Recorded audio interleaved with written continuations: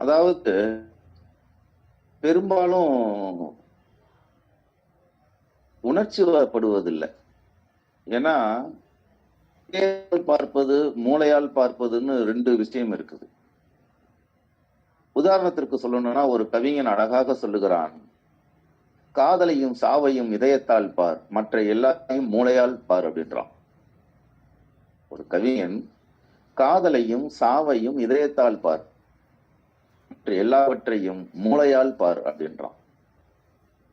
ஆனா எனக்கு என்னவோ எப்பொழுதெல்லாம் இந்த நவம்பர் வருகிறதோ அப்பொழுதெல்லாம் என் மூளை அதன் செயல்திறன் குறைஞ்சி போறது மட்டும் இல்லாம என்னுடைய இருதயத்தின் செயல்திறன் மேலோங்கி விடுகிறது. ஏன் அப்படி வருது? அதற்கான காரணம் என்ன அப்படின்னா, அப்படி ஒரு உணர்ச்சி பூர்வமான ஒரு வரலாறு இது. இந்த பக்கங்களில் மட்டுமே ஏன் வரலாறு வெளிச்சம் பாய்ச்சவே இல்லை? நீங்களாம் யோசிச்சு பாருங்க. இந்திய வரலாற்றில் இதுவரை இப்படியான ஒரு வீரம் செறிந்த போராட்டத்தை யாரும் சந்தித்ததில்லை, எந்த இயக்கமும் சந்தித்ததில்லை. இந்திய வரலாறுல, இந்திய பூமி பந்துல இது போன்ற வரலாற்றை யாரும் நடத்தி காட்டியதே இல்லை. அவ்வளவு அற்புதமான, அழகான, துணிச்சலான, இதை இன்னும் நீங்க எளிமையா புரிஞ்சுக்கணும் அப்படின்னா, ஒரு குற்றத்திற்கு பிறகான தண்டனை என்பது ஒன்றை உறுதி செய்வார்கள், அறிவிப்பார்கள். ஆனால் இந்த போராட்டத்திற்கு தான் தண்டனையை அறிவித்துவிட்டு குற்றவாளிகளை கைது செய்தது அரசு. எப்படிங்க? இதில் கலந்து கொண்ட அத்தனை தோழர்களும் 6 மாதத்திலிருந்து 3 ஆண்டுகள் வரை கடுங்காவல் தண்டனை என்று தெரிந்த பிறகே துணிச்சலாக ஒருத்தர் சிறைக்கு போறான் அப்படின்னா, அதுவும் எதற்காக சிறைக்கு போறான்? தன் சொந்த தேவைக்காகவா? வாய்க்கா வரப்பு தகராறுக்காகவா? இல்ல. மனிதனை மனிதன் பிரித்து வைக்கின்ற, மனிதனுக்கும் இன்னொரு மனிதனுக்கும் நடுவில் அடித்த சுவராக இருக்கின்ற இந்த ஜாதி என்கின்ற அந்த ஜாதியை பாதுகாக்குகின்ற சட்ட பிரிவுகளை கொளுத்திவிட்டு வீரனாக சிறைக்கு போனார்கள். எந்த தேசத்திலாவது, உலகத்தில் எந்த நாட்டிலாவது ஒரு சொந்த தேசத்து மக்கள் அந்த தேசத்தின் சட்டத்தை கொளுத்திய வரலாறே இதுவரை கிடையாது. சொந்த தேசத்து மக்கள் அந்த அவர்களின் அரசியல் சட்டத்தையே தூக்கி போட்டு ஒருத்தன் கொளுத்துறானா? அது மட்டுமல்ல தோழர்களே, நான் சட்டத்தை கொளுத்த போறேன், சட்டத்தை கொளுத்துனா என்ன தண்டனை என்பது சட்ட புத்தகத்திலேயே கிடையாது. எனவே உங்களுக்கு அரசாங்கத்தார்களே, உங்களுக்கு அவகாசம் தருகிறேன், இந்த சட்டத்தை கொளுத்துவதற்கான தண்டனையை நிறைவேற்றிவிட்டு வாருங்கள், நான் போராட்டத்தை நடத்துகிறேன்னு ஒருத்தன் அறிவிக்கிறான்னா, இதையெல்லாம் நீங்க குறைச்சி மதிப்பிட முடியுமா? நீங்க அருள் கூர்ந்து சிந்திங்க. நீங்க எவ்வளவோ அரசியல் படிச்சிருப்பீங்க, எவ்வளவோ வரலாறை கேட்டிருப்பீங்க, எவ்வளவோ அரசியல், எவ்வளவோ வரலாறு, உலக வரலாறையே உள்ளங்கையில வச்சு உருட்டி இருப்பீங்க. யாராவது நீ சட்டத்தை இயற்று, தண்டனையை முதல்ல முடிவு பண்ணு, அதுக்கு பிறகு நான் கொளுத்துறேன்னு சொல்லி கொளுத்துறவங்க யாருன்னு நினைக்கிறீங்க? அந்த காலத்திலேயே 500 ரூபாய்க்கு கருப்பு சட்டை போட்டவன். எப்படி? அந்த காலத்திலேயே 500 ரூபாய்க்கு கருப்பு சட்டை போட்ட மிகப்பெரிய நிலச்சுவாந்தார்கள், ஜமீன்தார்கள், பண்ணையார்கள், அதே போல நிலத்தில் கூலி வேலை செய்யக்கூடிய ஒரு பண்ணை வேலையாட்கள், கைவண்டி இழுப்பவர்கள், டீ கடைக்காரர்கள், மாத சம்பளத்திற்கு வேலைக்கு போகக்கூடியவர்கள், எளிய மக்கள், வயிறு குறைந்தவர்கள், உயிர் குறைந்தவர்கள், ஆக சமூகத்தின் கடைசி நிலையில் இருக்க மனிதர்களிலிருந்து உச்சபட்சமாக இருக்கக்கூடிய பண்ணையார்கள் வரை, அந்த காலத்திலே 500 ரூபாய்க்கு கருப்பு சட்டை போட்ட பண்ணையார்கள் வரை இந்திய அரசியல் சட்டத்தை கொளுத்திட்டு சிறைக்கு போறது அப்படின்னா, அதுவும் தண்டனை அறிவித்த பிறகும் சிறைக்கு போறது அப்படின்னா, நீங்க வேற எங்கேயும் பார்க்க முடியாது. அப்படி என்னதான் அதுல பிரச்சனை இருந்தது? அவருக்கு சட்டத்தை கொளுத்துற அளவுக்கு என்னதான் பிரச்சனை இருந்தது? வேறு ஒன்றும் இல்லை தோழர்களே. ஏற்கனவே எல்லாருமே அதை சொல்லிட்டாங்க. இந்த சாதினா முதல்ல நம்ம என்ன நினைக்கிறோம்னா, தமிழ்நாட்டில் 360 உச்சாதி பிரிவுகளும் இந்தியாவில் 6000 உச்சாதி பிரிவுகளும் தான் ஜாதின்னு நினைக்கிறோம். இதெல்லாம் ஜாதி கிடையாது, இவ்வளவு ஜாதிய பிரிவுகள். அப்ப ஜாதினா என்ன அப்படின்னு கேட்டீங்கன்னா, பிராமண, சத்திரிய, வைசிய, சூத்திர, இந்த 4 தான் ஜாதி. இதுதான் வர்ணாசிரமம்னு பேரு. இந்த 4 தான் ஜாதி. இந்த 4 ஜாதிக்குள்ள ஏற்படக்கூடிய கலப்பு இருக்கு பாத்தீங்களா? பிராமணனுக்கும் சத்திரியனுக்கும் பிறந்த குழந்தை இன்ன ஜாதி, சத்திரியனுக்கும் பிராமண ஆணுக்கும் பிறந்தா இந்த ஜாதி, ஒரு வைசியனுக்கும் சூத்திரனுக்கும் பிறந்தா ஒரு ஜாதி, ஒரு வைசியனுக்கும் பிராமணனுக்கும் பிறந்தா ஒரு ஜாதி, ஒரு பிராமணனுக்கும் சூத்திரனுக்கும் பிறந்தா ஒரு ஜாதி.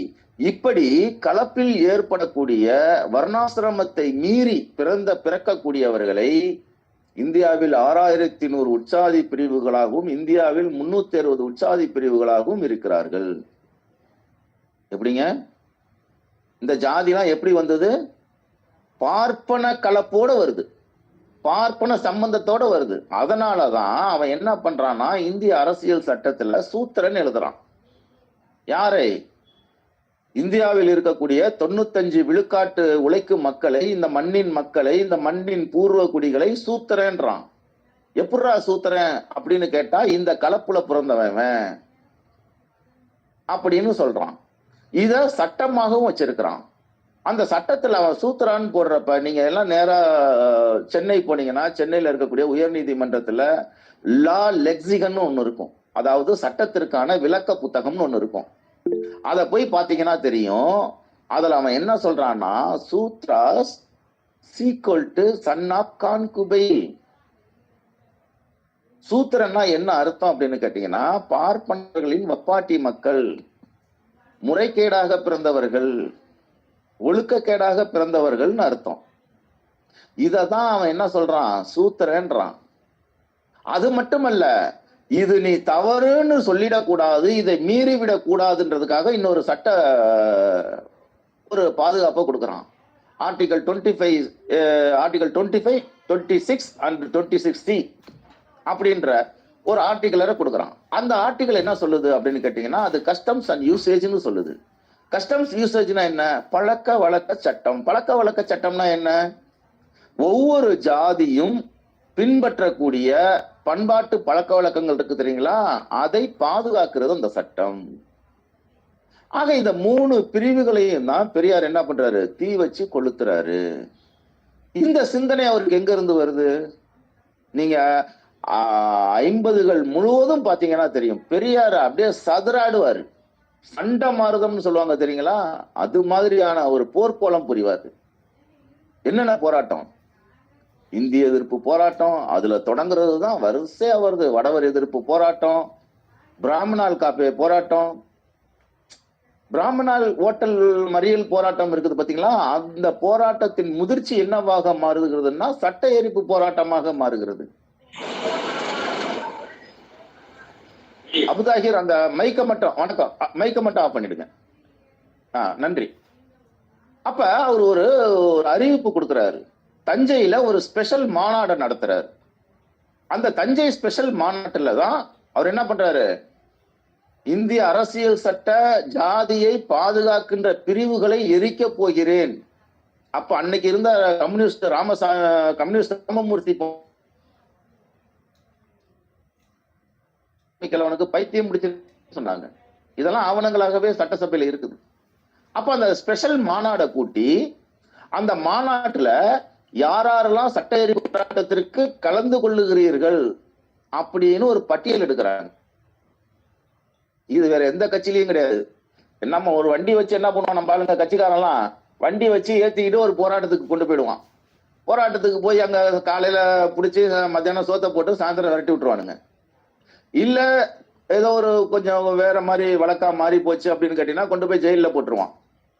ஜெயில போட்டானா அவனுக்கு பெயில் எடுக்க முடியாது, உங்க குடும்பம் தான் அலைஞ்சிக்கிட்டு இருக்கும். இது இன்னைக்கு இருக்கக்கூடிய நடைமுறை. ஆனா அன்று இந்திய அரசியல் சட்ட பிரிவை கொளுத்துனா என்ன வழக்குன்னு தெரியாது, என்ன தண்டனையும் தெரியாது. அதுக்கு அரசாங்கத்துக்கு ஒரு அவகாசம் கொடுக்கிறார். நான் இந்த போராட்டத்தை கூட நான் தள்ளி வைக்கிறேன், 3 மாதம் தள்ளி வைக்கிறேன். முடிந்தால் சட்டத்தை எரிப்பதற்கான தண்டனையை உறுதி செய்துவிட்டு சட்டமாக ஏற்றிவிட்டு வந்து கைது செய்வார்கள், நான் போராட்டத்தை நடத்துகிறேன்னு அறிவிக்கிறார். அப்ப அந்த ஸ்பெஷல் மாநாட்டில் இப்படி அறிவிச்சாரு. சட்டத்தை எரிக்கக்கூடிய சட்ட எரிப்பு போராட்டத்தில் கலந்து கொள்வர்கள் பெயர் பட்டியலை கொடுங்கள்னு சொல்லும் போது லட்சக்கணக்கான பேரு கையை தூக்கி நின்னான். அப்போ ஒரு ஆய்வாளர் எழுதுறாரு, 5 லட்சம் குத்தீட்டிகள் குத்திட்டு நின்றன அப்படின்னாரு. பெரியாரு அறிவிச்சவன யாரெல்லாம் இந்த போராட்டத்துல கலந்துக்கிறீங்கன்னு அறிவிச்சவன தஞ்சையில நடந்த ஸ்பெஷல் மாநாட்டுல அந்த போராட்டத்தை அறிவிக்கிறாரு. அறிவிச்சவன யாரெல்லாம் இந்த போராட்டத்தில் கலந்து கொள்ளுகிறீர்கள் என்று பெரியாரு கேட்கிறாரு. அப்ப அந்த வரலாற்று ஆய்வாளர் எழுதுகிறார், 5 லட்சம் குத்தீட்டிகள் குத்திட்டு நின்றன. என்னடானா நான் கலந்துக்கிறேன்னு சொல்லி கையை தூக்கி இருக்கிறான். 5 லட்சம் பேர் மாநாட்டில் கலந்துக்கிறான். வண்டி வாகனம் வைக்காம, சரக்கு வாங்கி கொடுக்காம, பிரியாணி வாங்கி கொடுக்காம, அத்தனை மக்களுமே சொந்த செலவுல 5 லட்சம் பேர் அந்த மாநாட்டில் கலந்துக்கிட்டான். தஞ்சையில நடந்த ஸ்பெஷல் மாநாடு. அப்ப அந்த மாநாட்டில் கலந்து கொண்டு அங்கே ஒரு தீர்மானம் ஏற்றப்பட்டு அந்த தீர்மானம் அரசுக்கு அனுப்பப்பட்டு அரசும் அவசர அவசரமாக ஒரு சட்டத்தை 3 மாதத்தில் இருந்து 6 மாதத்தில் இருந்து 3 ஆண்டுகள் வரை கடுங்காவல் தண்டனை விதிக்கலாம்னு சொல்லி ஒரு சட்டத்தை இயற்றியதுக்கு பிறகு பெரியார் அந்த போராட்டத்தை அறிவிக்கிறார். அதுதான் நவம்பர் 26. இந்த பெரியார் அறிவிக்கக்கூடிய இந்த போராட்டத்தெல்லாம் நீங்க கொஞ்சம் நுட்பமா கவனிங்க. அவரு தொடர்ந்து பல்வேறு போராட்டங்களை அறிவிச்சுக்கிட்டே இருப்பார். எல்லாமே கையகர போராட்டம் தான். இந்த போராட்டம் அறிவிக்கிற மாதம் எந்த மாதம்னு நீங்க கவனிங்க. எந்த மாதத்துல அவர் போராட்டத்தை அறிவிப்பார்னா இந்த மழை மற்றும் குளிர்காலங்கள்ல தான் அவர் போராட்டத்தை அறிவிப்பாரு. ஏன் போராட்டத்தை அறிவிக்கிறாரு? சிறையில போனா தோழர்களுக்கு சிரமம் இருக்கக்கூடாதுன்னு அந்த காலகட்டத்தை தேர்ந்தெடுப்பாரு. அவரோட நுட்பம்ங்க, பெரியாரோட நுட்பம் அது. வெயில் காலம் என்பது சிறையில் கொடுமையா இருக்கும், வெக்கை நோய் வரும். அதனால இந்த மழை காலத்தையும் குளிர்காலத்தையும் கணக்கிட்டு அந்த காலகட்டத்தில் தான் அவரோட எல்லா போராட்டமும் அறிவிக்கப்பட்டது. அதே போலதான் நவம்பர் 26 அறிவிக்கப்பட்டது. அப்ப யாரெல்லாம் இதுல கொளுத்துனாங்க?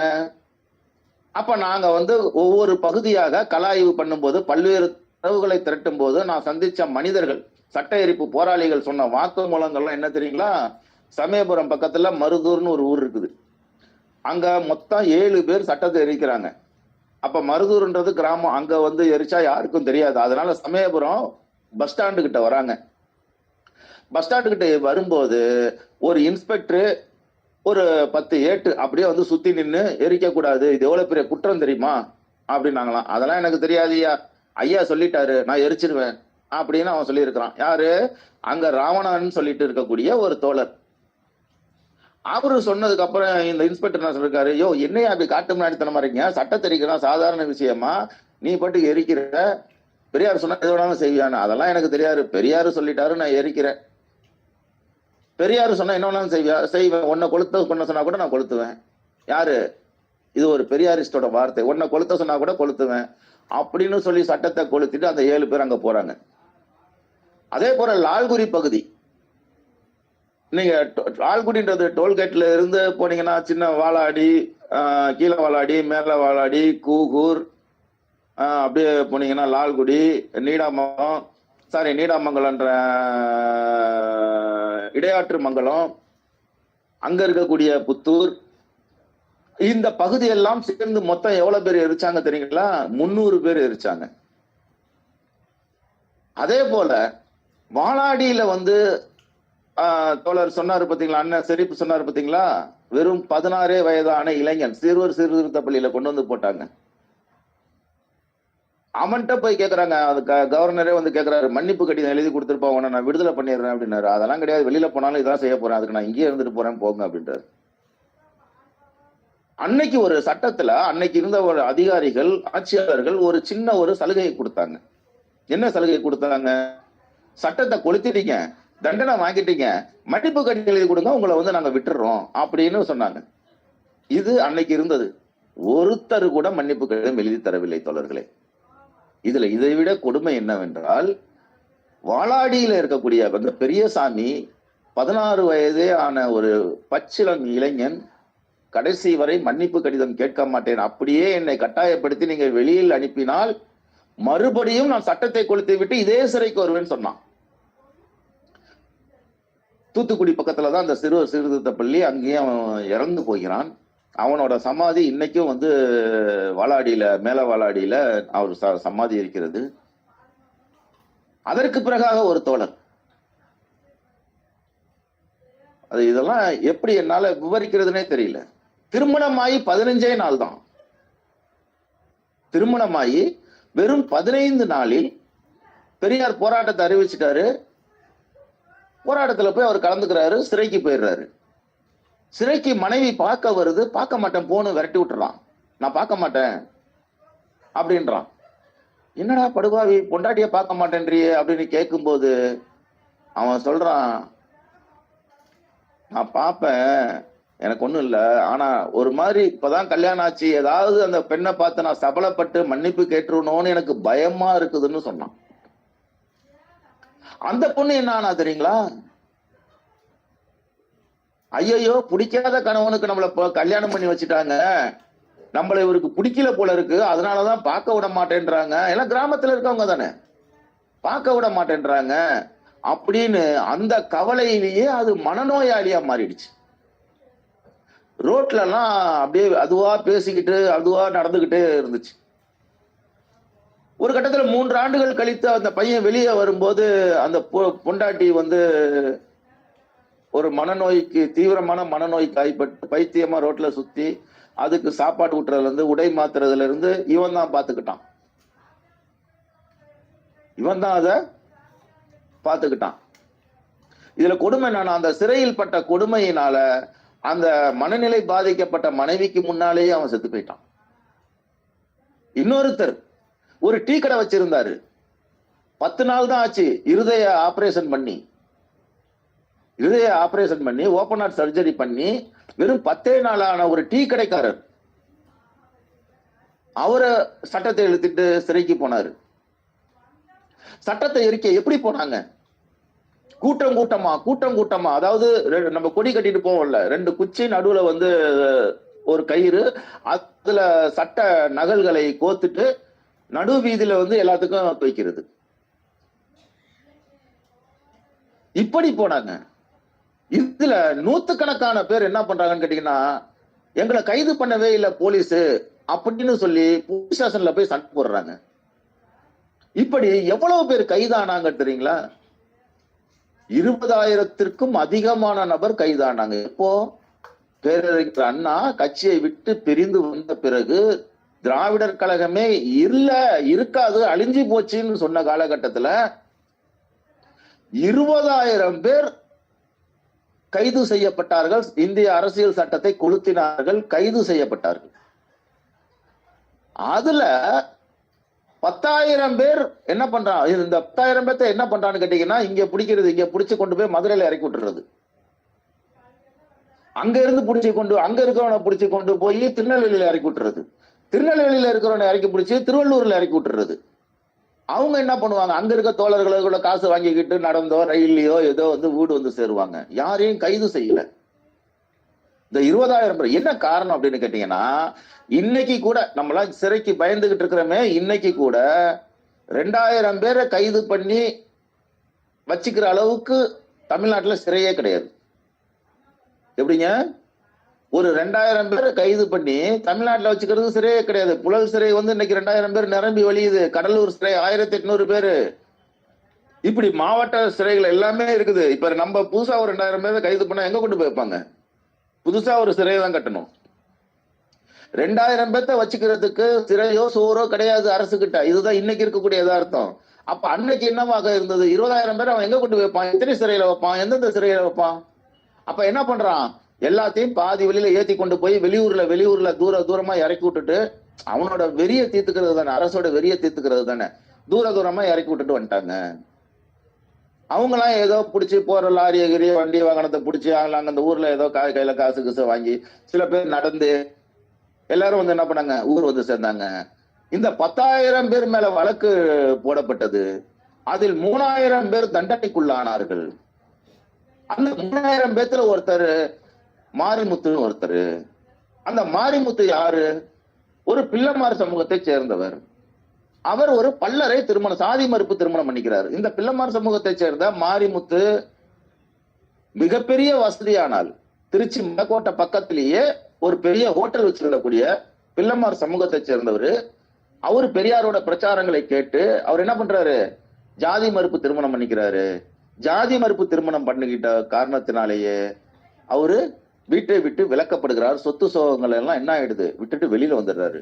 வெளியில வந்து அவர் என்ன பண்றாரு? ஒரு சின்ன கடை, ஒரு 10க்கு 10 ஒரு சின்ன ஹோட்டல் கடையை நடத்தி கணவனும் மனைவியும் 2 பேருமே அந்த ஹோட்டல் நடத்துறாங்க. இதெல்லாம் வந்து எப்படி இதெல்லாம் பேசுறது கூட எனக்கு தெரியல, எப்படி என்ன விவரிக்கிறதுனே தெரியல. அந்த ஹோட்டல் நடத்திக்கிட்டு இருக்காங்க. அடுத்த போராட்டத்தை பெரியார் அறிவிச்சிடுறாரு. அப்ப அந்த போராட்டத்திலயும் அவர் கைதாகிறாரு. வெளியில வந்து பார்த்தோம்னா அந்த ஹோட்டல் என்னவா இருக்குதுன்னு கேட்டீங்கன்னா தள்ளுவண்டியா இருக்குது. அப்ப அடுத்த போராட்டத்துக்கு அறிவிக்கிறாரு. அந்த தள்ளுவண்டி என்ன ஆகுது அப்படின்னு கேட்டீங்கன்னா, இந்த சுக்குமல்லி டீ போட்டு விற்பாங்க தெரியுங்களா? ஒரு சைக்கிள் பின்னாடி ஒரு கேனு கட்டிக்கிட்டு சுக்குமல்லி டீ, அந்த சுக்குமல்லி டீ விற்கக்கூடியவரா அவர் மாறிடுறாரு.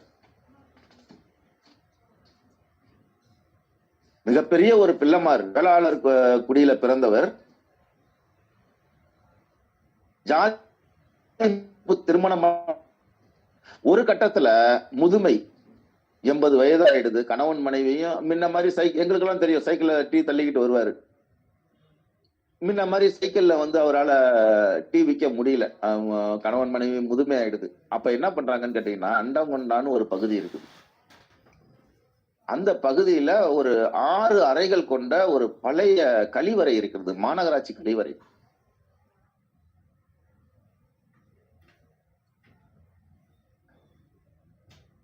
ஆறு மாநகராட்சி கழிவறை இருக்குது. அந்த 6 மாநகராட்சி கழிவறையும் எப்படி இருக்குன்னு உங்களுக்கு தெரியும்ல. அதையெல்லாம் சுத்தம் பண்ணி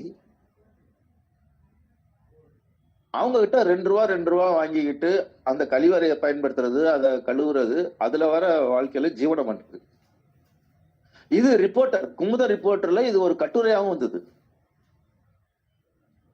அப்ப எஸ்.வி. சேகர் நான் 2 லட்சம் ரூபாய் பணம் கொடுக்குறேன்னு சொல்லி பேசுறான். ஒரே வார்த்தை, ஐயா எனக்கு வேணாங்க, வேணாம் ரொம்ப நன்றியா, வேணாயா நான் மகிழ்ச்சியா இருக்கேன்.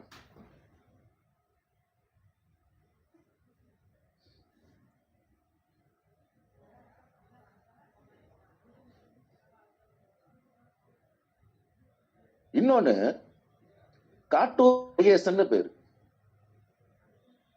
முருகேசன் அவங்களுக்கு திருமணம் ஆயிடுது. திருமணமாகி 3 மாசம் ஆகுது. 3வது மாசத்துல பெரியார் இந்த போராட்டத்தை அறிவிச்சிட்டாரு. இந்த பெரியார் இந்த போராட்டத்தை அறிவிக்கவும் சிறைக்கு போயிடறான். 3 ஆண்டுகள் சிறைக்கு போயிடறான். இந்த 3 வருஷமும் மனைவி வந்து மனு போட்டு பாக்குது. ஒரு கட்டத்துல மனைவியை கூப்பிட்டு சொல்றான், வீட்டுல பார்த்து திருமணம் பண்ணிட்டாங்க, எனக்கு இனிமே அரசியல் தான், பெரியாரிய கொள்கை தான், இதை ஜாதியற்ற ஒரு சமூகமாக மாத்துறத ஒரு வேலையா நான் எடுத்துக்கிட்டேன். அதோட தொடக்கமா நான் சிறைக்கு வந்துட்டேன். நான் எங்க தப்பு பண்ணேன்னா, இந்த திருமணத்தை நான் பண்ணியிருக்க கூடாது, நடந்துருச்சு. இப்ப நீ போய் திருமணம் பண்ணினா மறுபடியும் என்ன எப்படி ஒரு தவறான நபரை நீ தேர்ந்தெடுத்தியோ அது மாதிரி மறுபடியும் ஒரு தவறான நபரை தேர்ந்தெடுக்க வாய்ப்பு இருக்குது. அதனால நீ இத்தனாம் தேதி வா அப்படின்னு சொல்லி வர சொல்லி, தன்னோட நண்பனையும் வர சொல்லி, திருச்சியில அந்த சிறை அதிகாரி முன்னாடியே தன் மனைவிக்கு தன் நண்பனை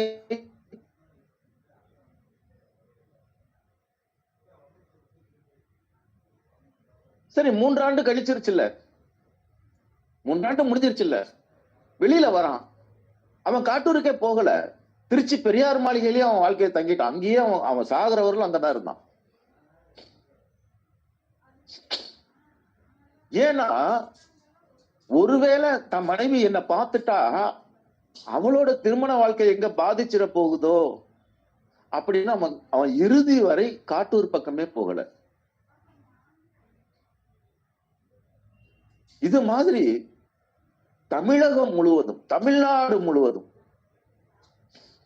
ஏராளமான காவியங்கள். ஒரு எந்த நாட்டிலையும் இதெல்லாம் பார்க்க முடியாது.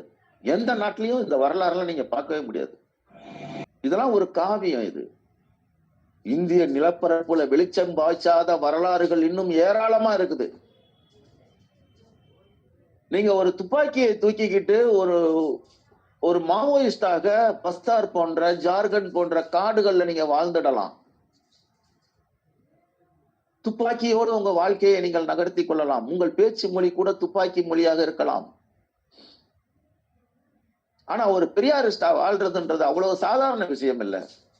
அவன் ஜாதியை எதிர்க்கணும், மதத்தை எதிர்க்கணும், குடும்பத்தை எதிர்க்கணும், அம்மா அப்பா கணவன் மனைவி சுற்றத்தார் உற்றார் உறவினர்கள் அத்தனையும் எதிர்க்கணும். அப்படி எதிர்த்துட்டு அவன் வாழ்ற வாழ்க்கை இருக்குது இல்ல, அதெல்லாம் நீங்க விவரிக்கவே முடியாது. ஊர்வாயிலெல்லாம் உழுவணும். அப்படியான ஒரு வீர கதைகள் நிறைந்த ஒரு வரலாறு.